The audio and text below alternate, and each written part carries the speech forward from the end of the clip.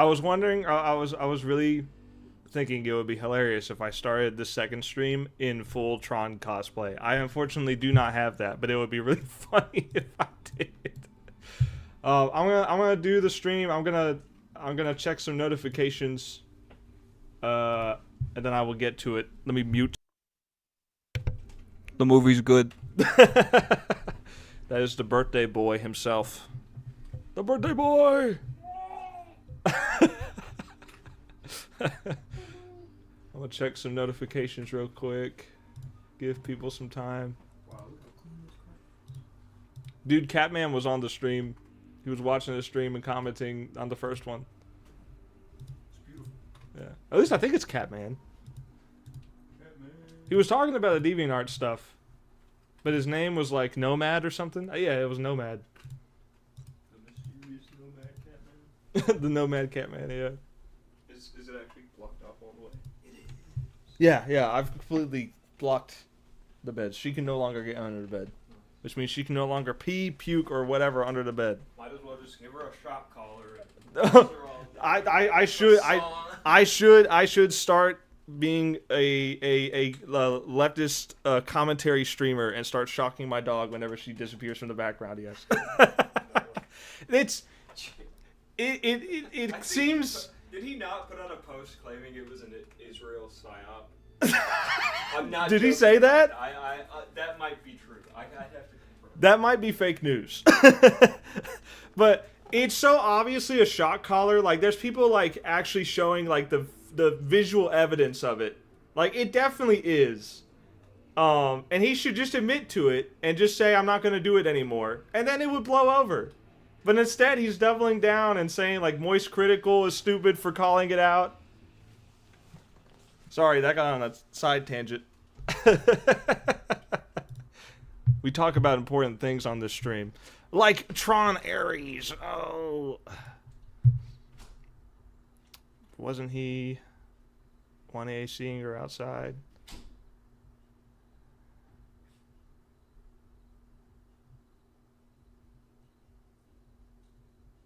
No. Okay. No, Wanye is a kid in her daycare.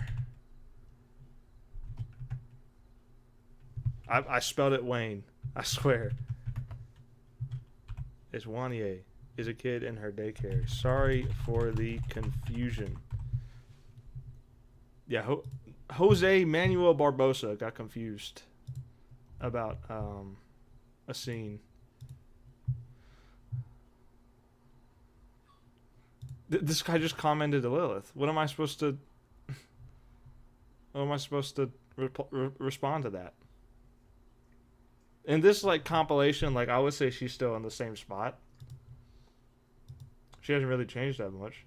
I don't care that she has a tragic background. She's pure. This is talking about Talia, my OC Talia, which is like the villain of the OC stuff on DeviantArt. Catman says, I don't care that she has a tragic background. She's pure evil. Kindon Steel says, or otherwise known as Obunga, says, And then TB Hidden Side says, now I feel a little bad for her. All she wanted was a good life for her and Carmen, even if she later turned to a bad person. Well, at least Carmen turned out okay.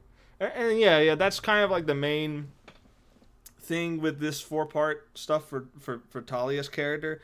It's not necessarily meant to turn her into a good guy or turn her, like, instantly redeem her. That's not, like, the idea. The point of this is to make you kind of understand her.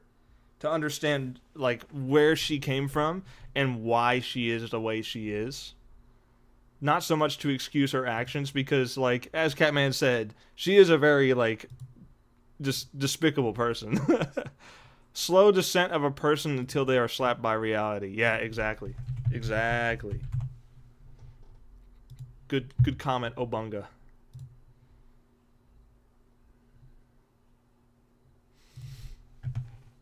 Yep.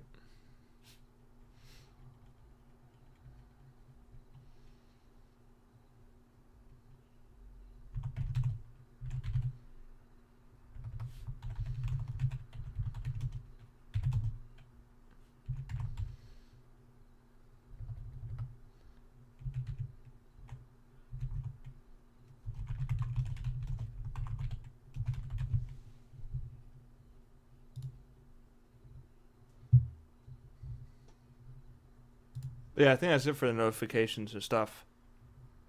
I have been all over the place today. It has been an extremely busy day. um, I went. First of all, I dropped off the Butterbean, my dog, at the vet. Um, then I went to see if I could get my car oil changed and inspected. Um, and I couldn't immediately. I would have to wait till 1. So then I went to Food Lion to freaking get uh, a carpet cleaner and rented that out because apparently you can rent them from Food Lion. I never knew that. But rented that out. Came back here. Did basically just about the whole house. Washed it again, dried it again, left the fans and every ceiling fans and everything on so that it could start drying, and now it's dry. It's been like 4 hours later, actually more like 5 hours later. And yeah, it worked pretty well. Most of the stains are out. There's still a few spots on the floor that I just think aren't going to come out no matter how much I do it. But they're few and far between. It smells much better. But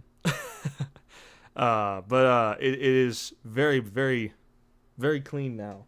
And then after that, dropped off my car, went to go get lunch with my brother because it's his birthday, and our mom, and enjoyed that. Waffle House, very good. Then got the car, drove back to the house, then just drove me and my brother to the movie theater to watch Tron Ares, and we just made it in time. We just made it just as it was starting to show. But it was it's been an eventful day. Anyway, review starts. Oh, let me check the chat. Nomad 2 in 1 day. That comment was mine. Yes. I understand her. Doesn't excuse her for being evil. Exactly. Yeah. Okay. Review starts now. Okay, so Tron Ares. I'm gonna try and be spoiler free. I put minor spoilers in the stream title just in case I slip up, because naturally I'm going to slip up and tell something that's not supposed to be told. I remember the first stream today. I said I have very little expectations for this to be good. There's 2 things that I predicted would be good, and I'll start with that. 1, the soundtrack, phenomenal soundtrack, very good. It's just because it's brand new, but right now I'm having a hard time picking between this and the Daft Punk soundtrack. I think both of them are extremely good. They fit the movie and the scenes very well. It is very much similar to the Daft Punk soundtrack, but is still... Hear that dog? Oh, I think someone is here. Hold on, let me mute my mic real quick.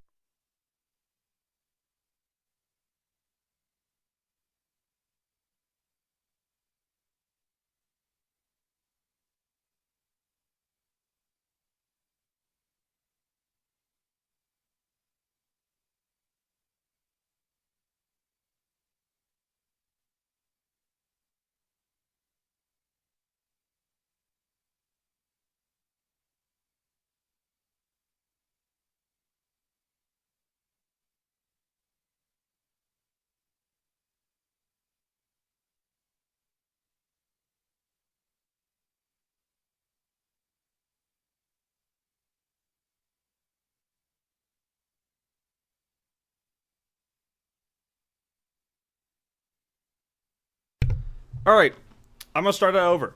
Review starts now. My first stream, I talked about I had very little expectations, but I did have 2 predictions going into it, and I'll talk about those first. 1, the soundtrack is great. 9 Inch Nails, very good soundtrack, very similar to Daft Punk. I can't really pick a favorite right now between 9 Inch Nails and Daft Punk soundtrack from Ares versus Legacy. I think both of them are very good. Very, very close together in like their style, but still distinct for this movie because this movie is very different from Legacy. But it has some similarities, has some similar things going on. And again, this is not going to be a full like plot synopsis. This is not going to be going over every little detail about the movie because I'm trying to stay spoiler free. But the overall theme of this is very relevant today. I think it has a lot to say about AI. It's not anything necessarily new, about AI stories. I mean, you look at the Terminator franchise; it's all about AIs taking over, robots taking over the world, and killing and enslaving humanity. Right? There's nothing new about that narrative. But today, it hits harder. Back then, it was science fiction. Now it is reality. It is reality that AI is quickly taking over everything, every aspect of our lives, even just the just the mundane stuff. It is infecting every aspect of our lives. It is already starting to take our jobs, especially in the creative field. I mean, look at the poster for the It movie that's coming out. Obviously, AI was used for that, and that's unacceptable, especially for a horror movie as groundbreaking as It. Right? It's unacceptable to be doing that, and people are rightfully calling it out. But that's where we're headed, and unfortunately, unless legislation kicks in, we're not going to see anything change with that. And this has quite a bit to say about letting AI do everything. This is actually very similar to a story that I have. Like, it's not fully written, it's just like a draft. It's like a rough draft, like kind of just pieces of the plot put together in a coherent way to where you could like read it and follow along with it. And like, it's far in the future for me to actually make this into a comic. Very far into the future for me to do it, but it is very similar to this, and I'm glad because I know that works. Because it is so similar. Obviously, it's not the exact same, but I think the story itself, the theme of the story itself, I think works. I think it's pretty solidly written. It's interesting. It's it can sometimes border on the cliche of AI stories that have come before. It can sort of sometimes border on cliche a little bit, but it's never like too.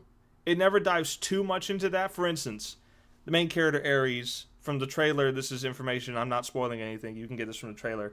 Ares is an AI program. He seems to not be like the other programs in Tron, where Tron programs tend to be like they have one life. Especially if you watch Uprising, once people are derezzed, they're derezzed, right? Ares can be like recreated over and over and over again, and he remembers it. He learns from all the stuff. So he gets created, he fights, he gets destroyed, respawns. He fights the same battle, he gets a little farther this time, dies, respawns. And that is a very accurate depiction of what a learning AI is. We are doing this right now with AI. We are training it to get better and better at videos. And look at the viral video of Will Smith eating spaghetti and compare that to the stuff that's just being released with Sora AI this week. Compare it. That is like 2 years of AI video generation, learning, and getting scarily good, frighteningly good, to the point where if you remove the Sora AI logo watermark that they got on it, which I'm very glad they have on it, if you remove it, you could convince just about anyone that it's real, depending on the situation that it's generating, right? If you just tell AI to create a mundane scene of real life using the Sora AI, you can convince most people, and they wouldn't even give it a second glance because it's so convincing at first glance. Now, upon further investigation, you can probably find some details in the background, like people kind of merging together, or structures not staying as structural at certain points. But you can make very convincing generative video AI and photo AI nowadays, even more so than you could before. And it's getting to the point where it's going to become a problem in the legal system because very soon, if not already happening, there are people that will be going to jail and being arrested at the very least because of fake generated images and videos of them committing crimes or doing something that they shouldn't be. And that is going to be the future. That is going to be a huge problem for the legal system going forward. And we're going to have to set boundaries, and it will probably, unfortunately, only happen when it starts affecting the rich elite of the country. So, if anything, I'm not telling you to create damning evidence of AI generated people in power politically doing things that are illegal and very convincing. I'm not telling you to do that, but if people do that, it might actually get some legislation put in to stop AI from doing what it's doing right now. Side tangent aside, Tron Ares is very emblematic of that, I think. I think it actually tells that story very well. And naturally, the AI is more sophisticated than what we have, right? We have, like, Jared Leto actually feeling things and saying, like, oh, this is strange. I want to know more about this. Like, it's more curious than our AI stuff is. It's actually a little more like, he's very much human, right? He's very much human. But with initially, he appears, he talks, he acts, he even moves kind of clunky like an AI would, like a robot would. But over time through the movie, he transitions away from that to talking more like a person, and moving more like a person. And I think that transition could have been a little slower. I think it happens a little quick. Just a tiny nitpick, not too much of an issue. But I do think the movie did that. It did show, like, him progressing from being clunky and robotic to being a little more human. And I understand casting Jared Leto now, because he's a very strange individual. On top of a very creepy individual, and he's not a great person. I don't like him as a person. I don't really like him as an actor. But in this movie, he's not bad. He's actually all right. Like, I wouldn't give his performance an Oscar award, right? I wouldn't give him a reward for his performance here. If I were to give this movie a reward for anything, it would either be soundtrack or the visuals. That was another thing I predicted would be good, is the visuals. And yes, this movie looks fantastic. There are so many moments where not just the visual effects, I'm talking about the camera work. The shots and the directing of shots are so good. I'll give a few examples, and I won't spoil anything else about the actual, like, cinematography of it. There's a shot where a character on a bike, a light cycle, is driving through the city, and as that character is passing by buildings and seeing other roads going this way, on the other side of that road is another character with a light cycle with the hard light line active behind it. So you've got these two people going parallel, and he's being interrupted by the buildings in between. And that was, like, the first moment where I was like, holy crap, that is great. That looks really freaking good.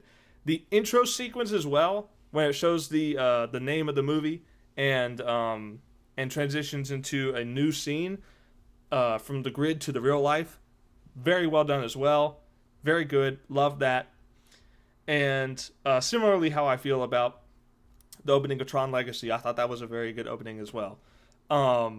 This was very good. And the visuals, the visual effects, the camera work itself was good. The only nitpick I have is during some of the fights, there's moments where it's kind of hard to tell what exactly is going on.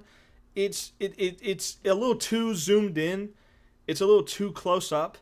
And if it was just zoomed out, like, I kid you not, like probably like 25% more, I think those scenes would look better. As they are, they're not terrible. But I think the fights could have been a little, if they zoomed out a little bit more, if they cut a little bit less, it would be better. It's not as bad as some of the Marvel stuff like the mid 2010s Marvel stuff where they were doing too many cuts, too much shaky cam, where you really couldn't tell what was going on at all. Captain America: Civil War had that problem, and even Winter Soldier had a little bit, not too much, but a little bit. It's kind of similar to that, but with less shaky cam and just too zoomed in. It's like this is the shot normally where you can see what's going on here, and then this is me. You can't see any part of my chest now. I'm too zoomed in. That's kind of like about the amount of zoom out I think was needed comparatively. Not literally, but comparatively, the amount of zoom out I think was needed to make the scenes a little better, a little more fluid. Let's talk about Ares as a protagonist is interesting because obviously from the trailer, again, this is not spoiler information other than the trailer. So if you haven't watched the trailer, maybe just ignore this. But if you have watched the trailer, this is nothing new. He is an AI program developed by Dillinger. And which I can't quite remember if Dillinger was in Legacy. I don't think that name was in Legacy. If it was, I'm forgetting it. But they're the rival company to Encom, which is the company Kevin Flynn created Tron. And of course, Encom's a video game company. Dillinger is trying to make freaking weapons of mass destruction to sell to governments. And they're doing this by beaming stuff from the game world, from the grid, beaming it from there into real life. And Dillinger has sort of created its own grid.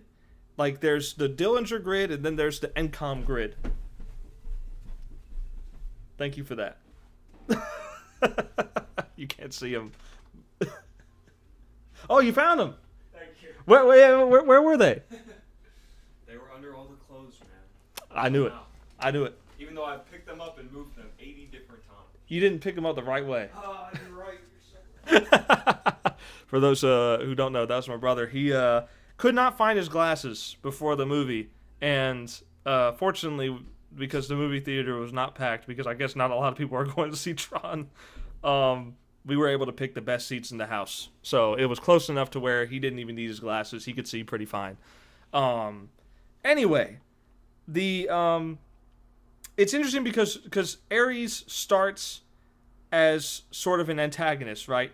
He's working for the Dillinger company, and there's this is going to be the only thing. I have to spoil this. I'm not sure if this was in the trailer or not. I have to spoil this. So this is the first real minor spoiler. But they can only beam things into the real world, for 29 minutes. After that, everything dissolves into pixel dust. And that is what fuels the action scenes. It makes everything feel alive. That is every single action scene, every chase scene, every fight, every moment that something is beamed in the real world, you know stuff is about to happen because they only have 29 minutes. They have to be fast with what they're doing. They have to be like extremely efficient at doing the mission they're doing. And whether that's Ares or Athena, the black chick with the white hair, the white buzz cut hair, she's very good, by the way. I didn't expect her character to be very interesting, but her character is just as interesting, if not more, than Ares, in my opinion. Her character is very interesting, but essentially they only have 29 minutes to do whatever Dillinger wants them to do. And sure, when they die, they can just be respawned, but clearly it hurts. It doesn't feel good. They don't like dying, and they can just come back and do it. But they still, every single time, they only have 29 minutes, and that makes every single scene so engaging because you know that all certain characters have to do is try and stall or just run as fast as they can to get away and just watch the clock drain down. Now, I, of course, did not time everything to see if everything actually did take place within 29 minutes. Obviously, there's some jump cuts from scenes where they're driving. You know, they may start off on 29 minutes on one scene and then cut to the next scene and they're looking at the timer and it's now 26 minutes. So you can't really go by that all that much. The only time I think it becomes a problem is if the characters are in the world for longer than 29 minutes of screen time, because then that breaks the established rule of it. I don't know if that happens because I didn't time it, but when this comes out on digital, maybe I'll do that. Maybe I'll make like a timer and check that. I was hesitant about this movie for a few reasons. One of them, of course, Jared Leto, which I said, already mentioned, not bad in this movie. He's not winning an Oscar, but he's not bad in this movie. I think his personality matches the personality of an AI who doesn't really know how to communicate as a human and doesn't understand humanity, because I think this guy might actually be a psychopath in real life. But another thing I was hesitant about this movie was the inclusion of Kevin Flynn, Jeff Bridges' character. His character ended pretty much perfectly in Tron Legacy, and I really didn't want to see him come back. You know, it's cool because it's Jeff Bridges playing Kevin Flynn again. It's cool, but it's the question has to be asked. You know, why bring back a character if they had such a perfect send off? You risk undermining that ending, and you risk making the character just seem to be there for just, you know, dumb reasons. I can't think of the word. Contrived reasons. That's the word I was thinking of. You know, you risk that, right? And how they used him in this was actually pretty well explained. I thought it was a pretty good reasoning for it. And it made sense in the story. And him acting as his character again, he's still Kevin Flynn. He didn't say biodigital jazz man. He didn't say that, but he was saying man a lot at the end of his sentences, which is very Kevin Flynn. So he is in character. I would bet money that he was drunk filming some of these scenes. Just the way he's acting. Could just be because he's getting old. But it didn't detract from the scene for me. That's just my personal theory. I have nothing to back that up other than just the way he acts sometimes. I'm like, he could be drunk right now. But anyway, I think they explained it well. I'm not going to spoil like why he's here. But I think it was a good explanation. In the trailers, there was scenes where they were showing the old Tron visuals, like from the first movie, from the first iteration of the grid. And that's how it's explained in this movie, is that there was the initial grid, which was that one from the 80s, and then there's the second iteration of the grid, which is what you see in Tron Legacy. And then Dillinger's grid is its own separate thing, I believe. And Encom's current grid is the same as the one from Legacy. And it looks like a paradise. It looks like a visual paradise. It's very cool. It's very similar aesthetics to Tron Legacy. And Dillinger's grid looks the same way too, but everything is red. And just a little more evil looking, right? And I think that, again, the visuals are very good. The new light cycle designs and everything, they look a lot more mean. They look a lot more militaristic, like more similar to Earth vehicles a little bit more in like the handling of them.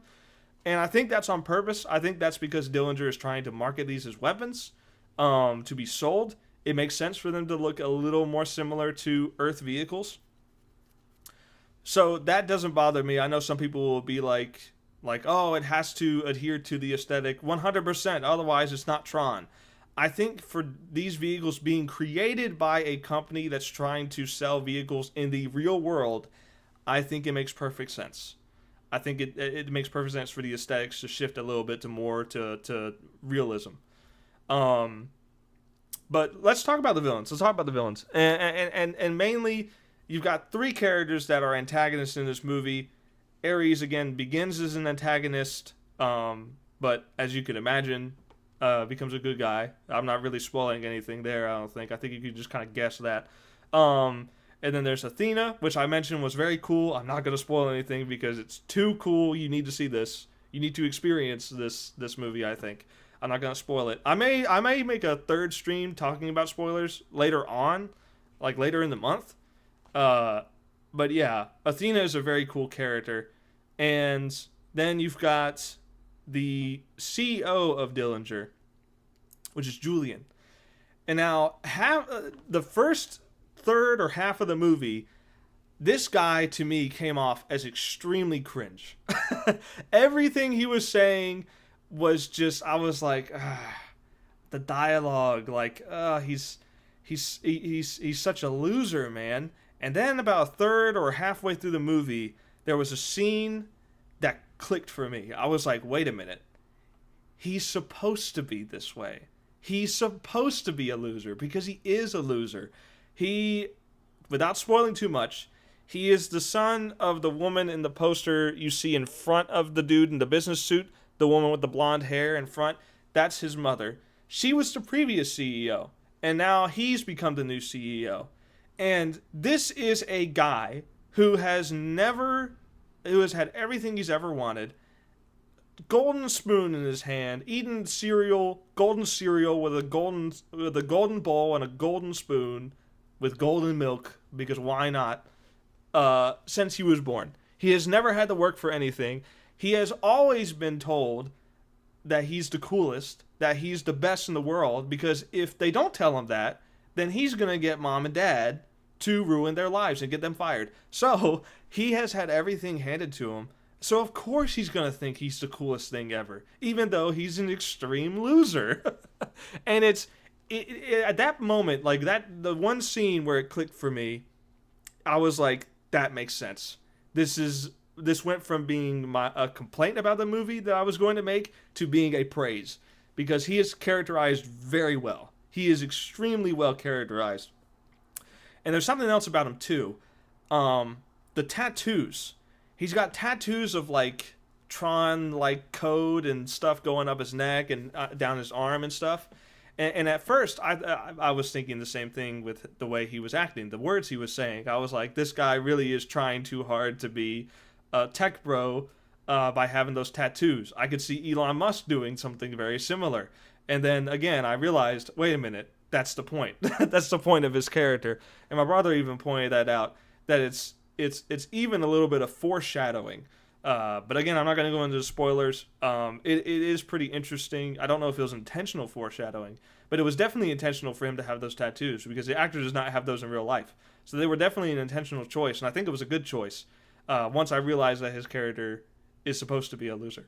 The main character, beside Ares, being Eve, is, I also think, very well characterized. I think her character...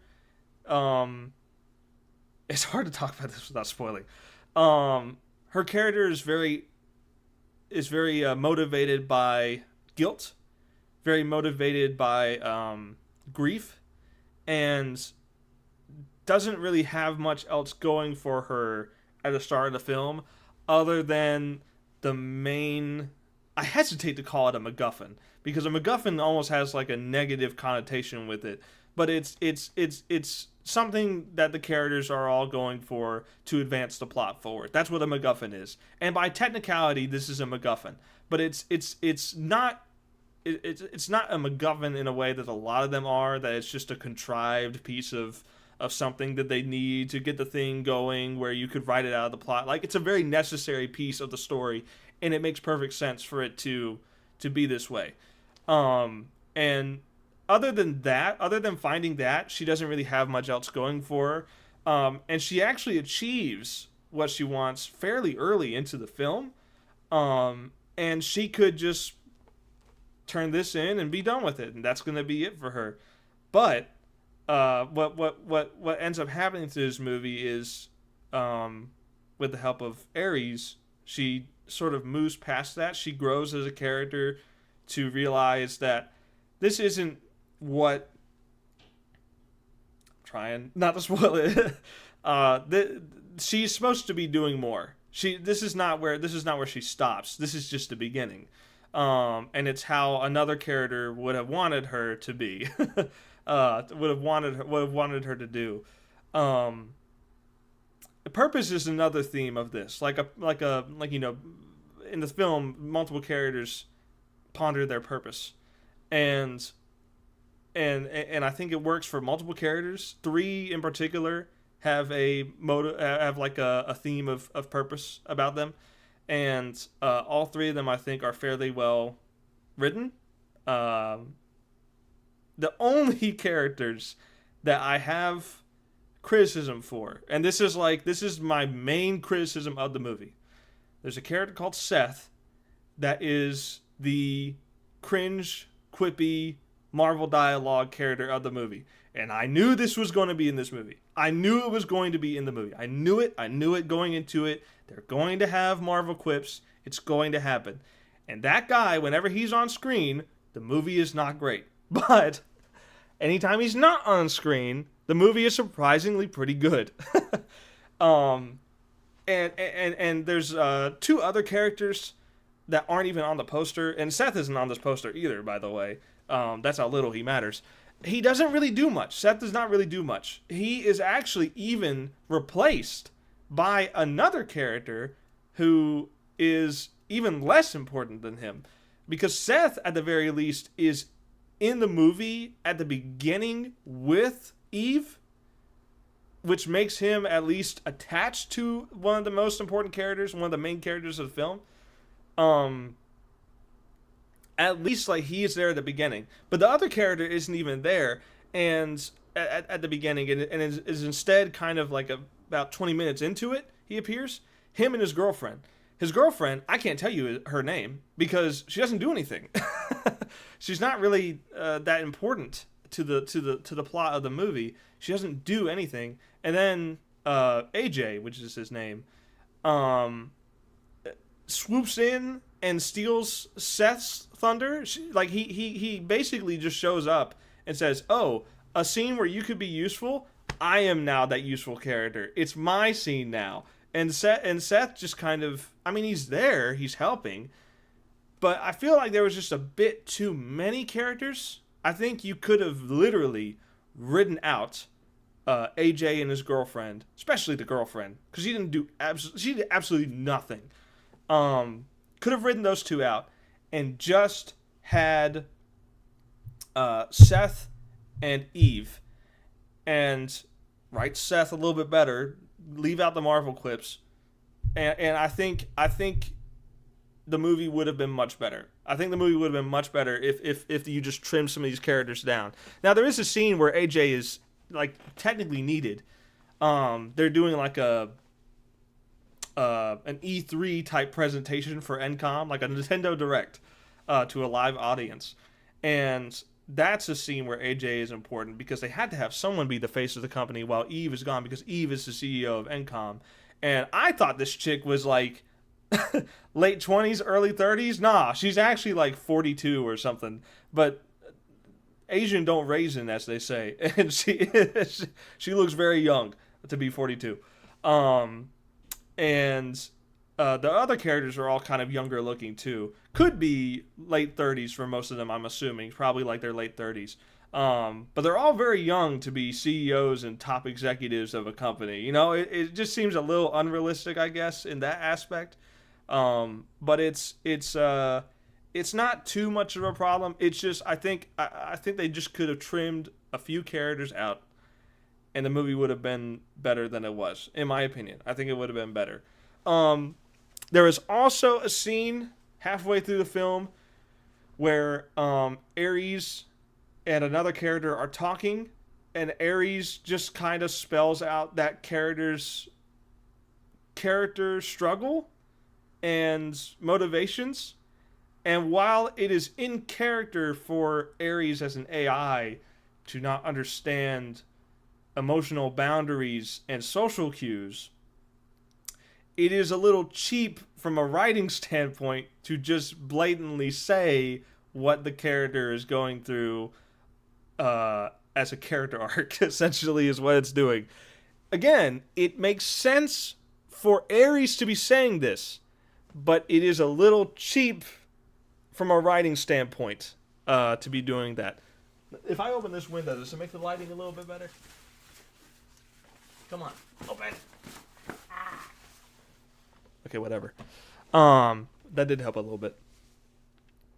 But yeah, that's really my only complaints. As far as the actual writing of the movie goes, the pacing a little fast at the beginning. I'll say. Much faster than Tron Legacy. Tron Legacy wasn't afraid to take its time and go a little slow at some points, which is why one of the complaints about Tron Legacy is that it really slows down towards the mid end, the last third of the movie, kind of slows down quite a bit, and that's one of the complaints. This movie does not really do that. It's pretty action packed throughout most of it, and there's very few scenes where the characters are talking without some level of threat looming over them. And even the scenes where they are talking and it's just dialogue, it's just conversation, there is still a threat looming over them. I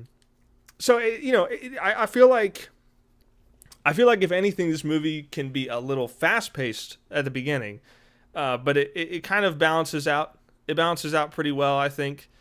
By the middle of it, I think it works, and it's just I think a surprisingly, dare I say, good movie. If I gave Tron Legacy a 7 out of 10 with its problems, I would say this is also a 7 out of 10, and that is far beyond what I was expecting. I was fully expecting to come back and groan and moan about multiple things wrong with this movie. But I was pleasantly surprised that this movie was actually pretty good. Actually, not a bad movie. I walked out of the theater with my brother and I was like, am I going crazy or was that actually good? And he was saying basically the same thing. Like, he for him to have no expectations, because I had no expectations either. For both of us to have no expectations, we were very pleasantly surprised at how good the movie actually was. It's not a masterpiece. It's not anything that will, I think make a huge cultural impact like Star Wars did or Lord of the Rings or anything like that. But for a Tron movie, a follow-up from Legacy that we didn't really need and didn't really know was ever going to come, for this to come out 15 years later, it actually works pretty well.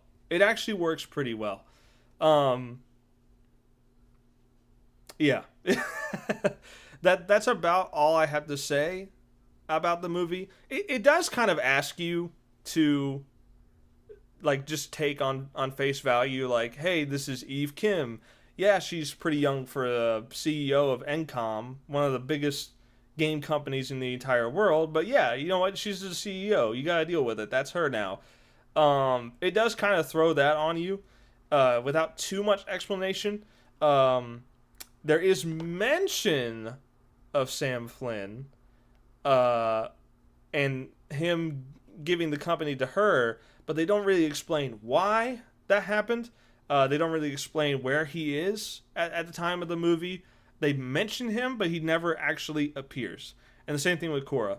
She is mentioned even less than Sam, but she is shown in like a newspaper photo, but she is never actually present in the movie.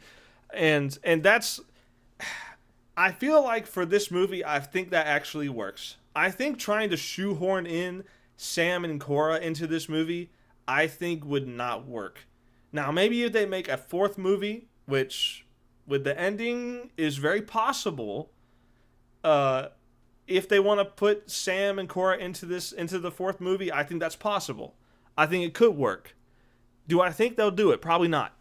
And I wouldn't want them to do it if it means that it shoehorns them in without an actual reason to be there. I think this movie is better without them. As much as I would love to see them again, I think this movie is better without it.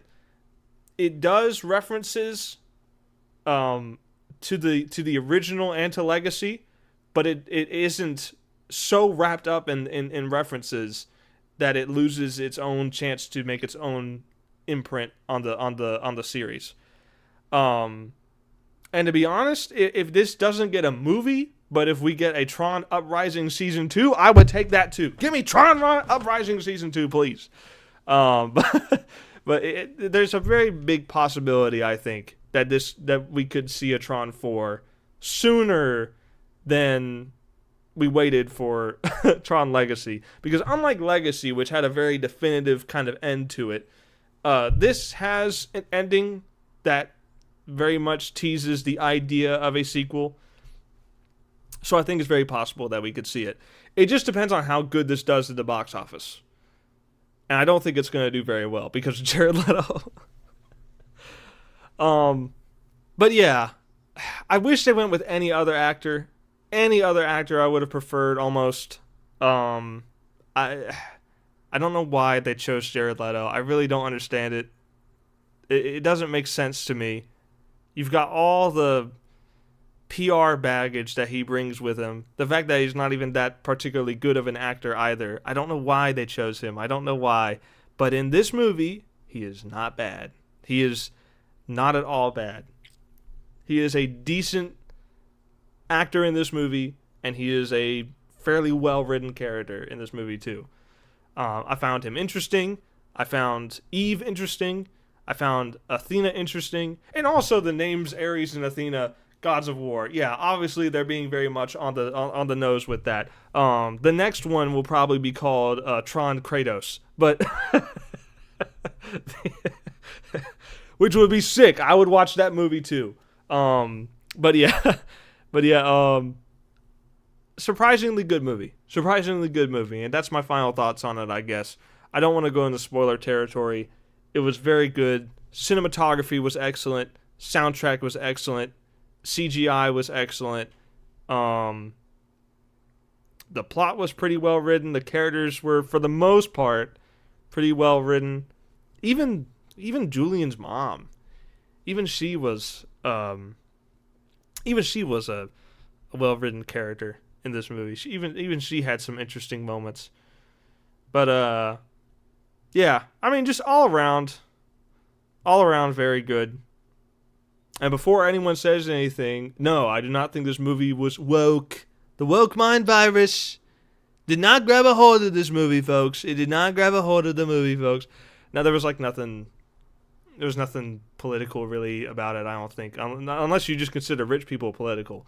Because that does play a narrative. Like I mentioned, the main antagonist, Julian, is very much a Nepo baby. So if you consider Nepo babies political, I guess then there's your woke mind virus. It's there. Yeah, I mean, it's just I can't really think of anything